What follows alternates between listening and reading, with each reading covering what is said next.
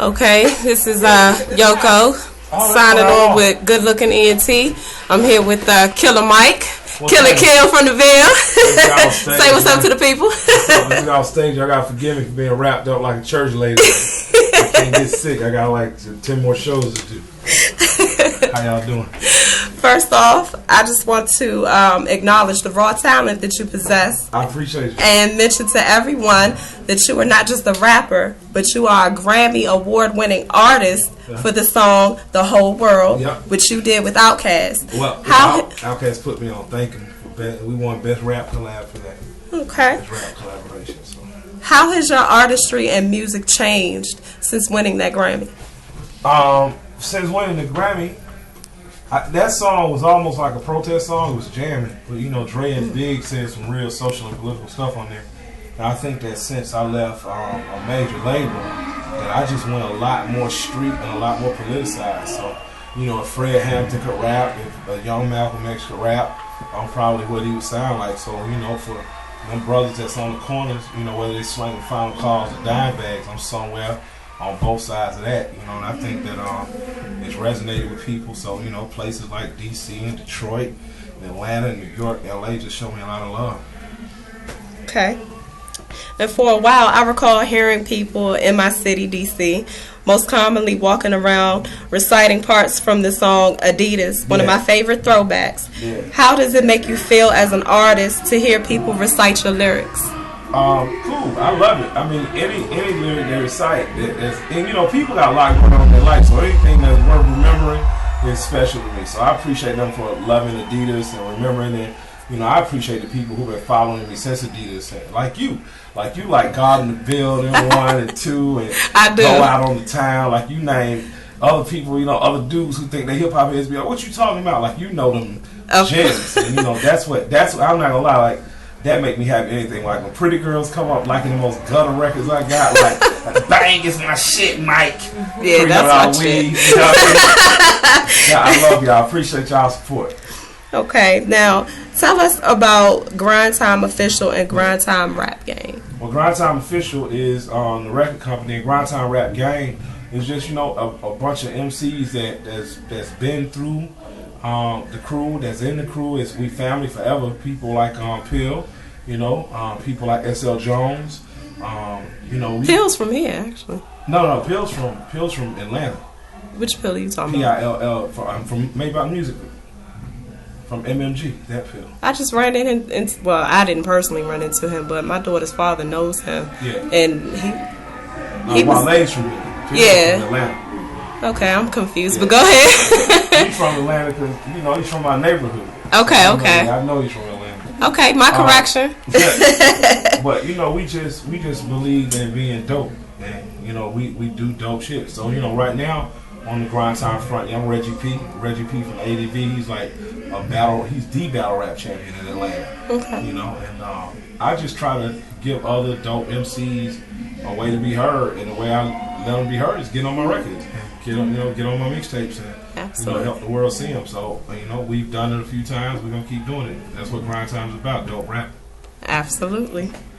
Let's talk about your latest project, The Pledge. Yeah. Would you say it's kind of a sequel to I Pledge Allegiance to the Grind 1 and 2? Yeah, it is. It's the third in the trilogy. You know, Pledge 1 was a double CD, and it was about kind of stepping out independently, like, boom, I can do this. I'm not, like, it was, to me, like, if you look at the people that get brought into the game, you don't see a lot of them around unless they have, like, the ambition to compete, even with the people who put them on. So, you know, when you see a Kanye West still around and going to the heights he's went to, it's because he knew I'm on Rockefeller, Jay-Z is the shadow, I have to shadow like it cast my own shadow. I have to do that. Absolutely. And I think that, you know, I recognized early on, Outkast is the biggest and I feel the best rap group ever. And if you're going to stand in that shadow, then you had damn well better figure out how to make people see and notice you. So, you know, for me, I'm just all about making sure that I'm memorable, and I want people to know that this is the shit I'm on and I'm about. So, you know, I think the reason I'm still around is because I had the courage to step out of the shadow and to go, you know, show people what I'm really about. And because of that, you know, me and Big Boy and Bill is doing, you know, what they call super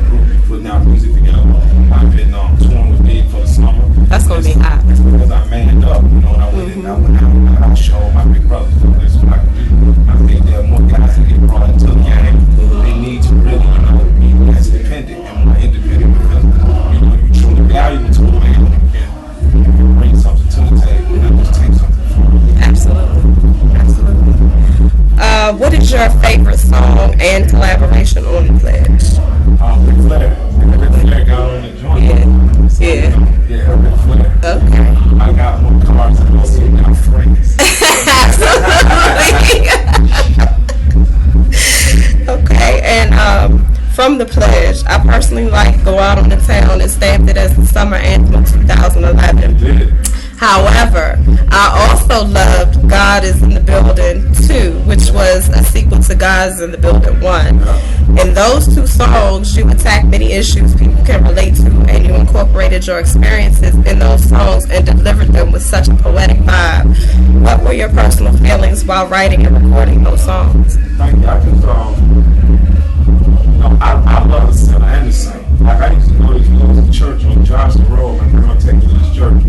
They just had the sweetest, most beautiful women in there ever. You know, they were trying to say their children, they came every Sunday. They wasn't there to be church preaching to everybody knew the preacher. And when I walked out, I saw the most woman dope trap on that side of the street. And I was just staring at them, you know, intrigued by them, you know what I mean? Because I couldn't turn away from that excitement of the street life, you know what I mean? But at the same time, I knew how much God loved the meek and the humble. So, you know, I literally grew up somewhere in the middle of that street. So for me, when I say God is in the building, I talked about Chris Dunnett and God in the Building too.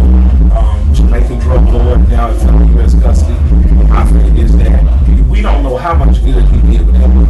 We don't know how much good he gave to politicians to do. We don't know how many soccer fields he built.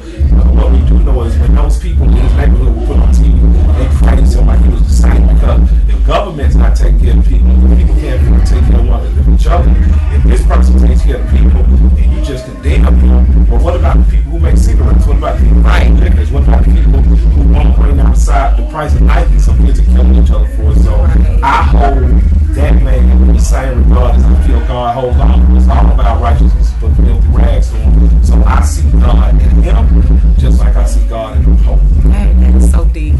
That is deep. What can we look forward to from you for the rest of 2011 and in the near future?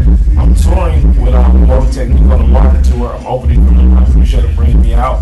I did the Grind Hustle tour, me and Dro and D1 and Pac did early in the year. So more shows, more touring, more videos to go out on town. Videos dropping that took us home. That's what I was waiting on. And you know, I mean, I'm looking forward to getting in the studio more and getting out on the road with Tip.